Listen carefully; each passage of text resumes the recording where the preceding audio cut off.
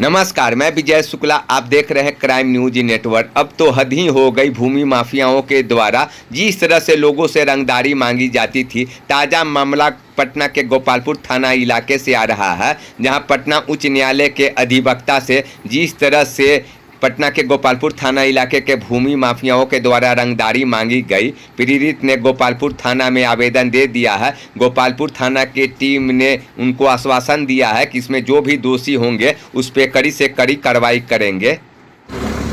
सबसे पहले जो मीडिया के बंधु मेरे आग्रह पर मेरे साथ खड़े हुए आज मेरे साथ थाना आए थे, तो उन सब लोगों को बहुत बहुत धन्यवाद। आज जब आए तो मेरा पूरा मैटर को फिर से सुना गया। जो पदाधिकारी सुन रहे थे, सुनने के बाद उन्होंने एक आश्वासन दिया कि आपके मैटर को हम लोग उस पर जाँच करेंगे और जो हमसे रंगदारी मांगी गई थी और उसका एक रिसीविंग भी मेरे पास अवेलेबल है। ये मैं दिखाना चाहूँगा आप लोगों को। ये देखिए, ये रिसीविंग भी अवेलेबल है और जो भी रंगदारी जिस फोन से दिया गया था उसका रिकॉर्डिंग भेज दिया गया है।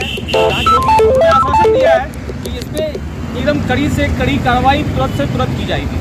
कौन पदाधिकारी से बात हुई थी? नवीन कुमार एक पदाधिकारी हैं, तो उनके व्हाट्सएप पे मैंने सारा दस्तावेज भेज दिया है। उनको एक कॉपी भी दे दिया है सारे केस का, और वो बोले हैं कि इस पर तुरंत कार्रवाई किया जाएगा और जो भी अभियुक्त हैं उनके खिलाफ प्राथमिकी दर्ज की जाएगी। चलिए, कितने दिनों का समय लिया है? समय तो बताया नहीं, लेकिन वो बोले कि आप रिकॉर्डिंग आज भेजिए और तत्काल 1 सप्ताह के अंदर आप उसके खिलाफ कार्रवाई की जाएगी, प्राथमिकी दर्ज कर ली जाएगी। मैं एक डिटेल में अपने इस घटना का विवरण करूंगा कि हुआ क्या था और हो क्या रहा है, और ये भू माफिया का जो पूरा तंत्र है, इसका मोडस ऑपरेंडी मतलब काम करने का तरीका कैसे है और ये कैसे लोगों को मजबूर कर देते हैं अपना जमीन, अपनी पूरी जिंदगी की कमाई को बेचने के लिए।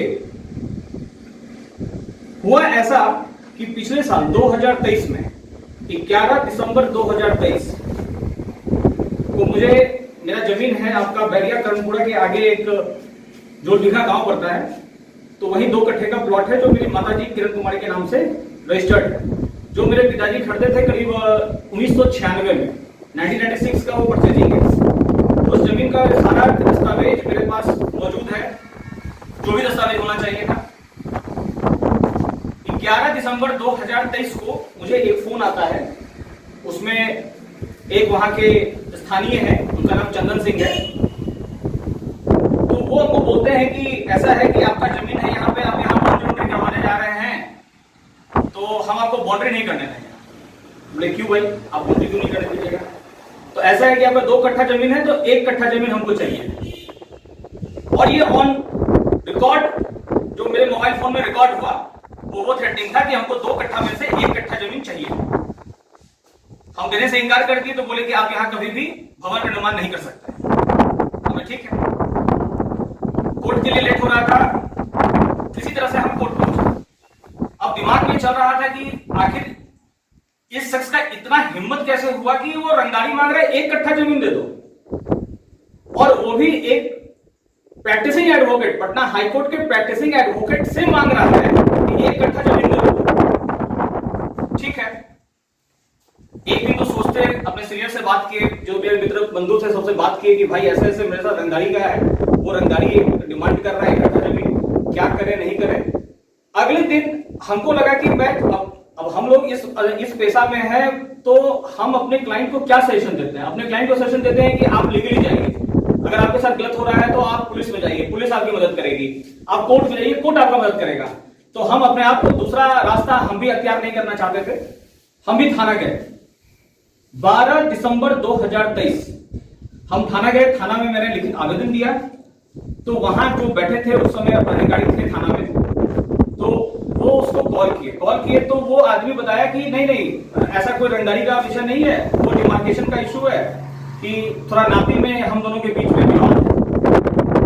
तो जो वहां अधिकारी संबंधित थाना गोपालपुर पड़ता है वहां पे, तो वो बोले कि ठीक है, जब डिमार्केशन का इशू है तो आप ऐसा कीजिए कि आप सीओ के पास चले जाइए, अंचल कार्यालय, संबचक अंचल कार्यालय, और वहां एक डिमार्केशन का एक एप्लीकेशन दे दीजिएगा। सरकारी अमीन जाएंगे, आपका जमीन को नाप देंगे, आप उसको बाउंड्री करके अपना कर दीजिएगा। यहां तक बात समझ में आया।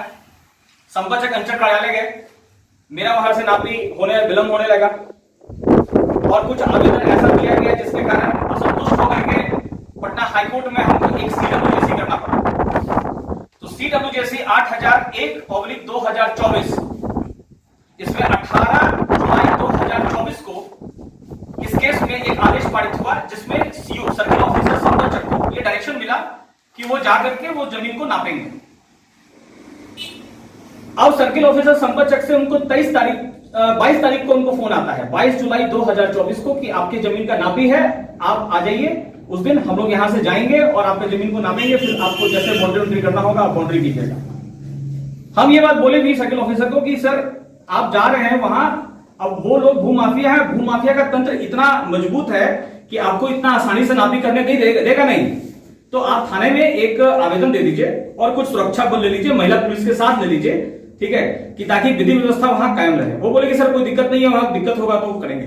फिर भी हम थाने में जाकर सुबह में खुद से एक आवेदन दे दिए थाना प्रभारी को कि सर वहां ऐसा ऐसा नापी है और अगर कोई दिक्कत होगा तो आपको आना होगा, नहीं तो वहां विधि व्यवस्था खराब हो सकता है।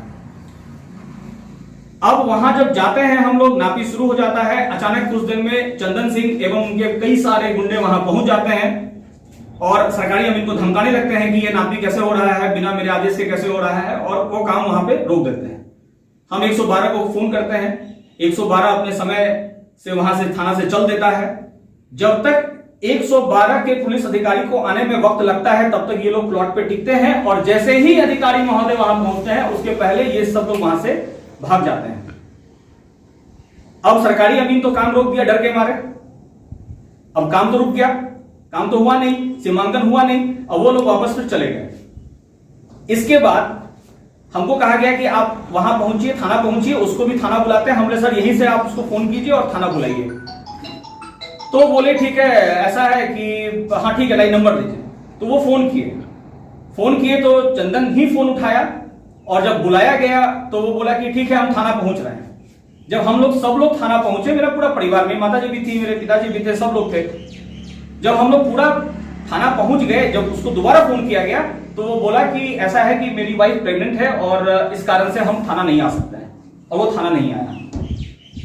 अब उस पर तो हम कुछ कर नहीं सकते थे, लेकिन थाना प्रभारी महोदय को फिर मैंने जाकर के एक आवेदन दिया कि कम से कम ये जो मुद्दा है, अब इसमें बात समझिए, ये जमीन विवाद का मुद्दा है ही नहीं।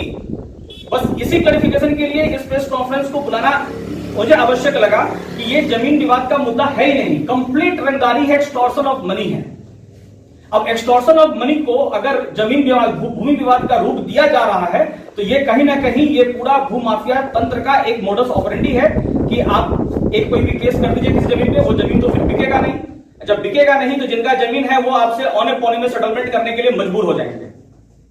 आज मेरे घर में किसी की शादी नहीं है, या मुझे उस जमीन बेच करके कुछ करना नहीं है, तो आज हम कंफर्टेबल हैं कि हम केस लड़ सकते हैं। दूसरा कि हम खुद वकील हैं, तो हमको ज्यादा इसका नॉलेज भी है और मेरे पास लोग भी हैं कि वो हम केस कर सकते हैं। लेकिन सोचिए वो लोग, ऐसे मेरे पास बहुत सारे क्लाइंट आते हैं जिनके पास ऐसा नहीं है, घर में बहन की शादी है, घर में बेटी की शादी है, घर में मां बीमार है, कोई हॉस्पिटल में है, उनको जमीन बेचना है। अब ये पूरा तंत्र उस पर एक्टिव हो जाता है, उनके जमीन को लिटिगेट कर देता है, और पुलिस डिपार्टमेंट इस पे एफआईआर रजिस्टर्ड नहीं करती है, बकायदा ये कहती है कि साहब आपका जमीन का विवाद है, आप सीओ ऑफिस जाइए। अभी कुछ दिन पहले माननीय मंत्री महोदय ने स्टेटमेंट दिया था कि अंचल लेवल पे सबसे ज्यादा भ्रष्टाचार है। आप थाना का स्थिति देख लीजिएगा, थाना में आप जाइएगा तो आपको समझ में आ जाएगा कि आपका क्या थाना प्रभारी और थाना के बाकी जो स्टाफ है वो तो खुद ही बेचारे परेशान है।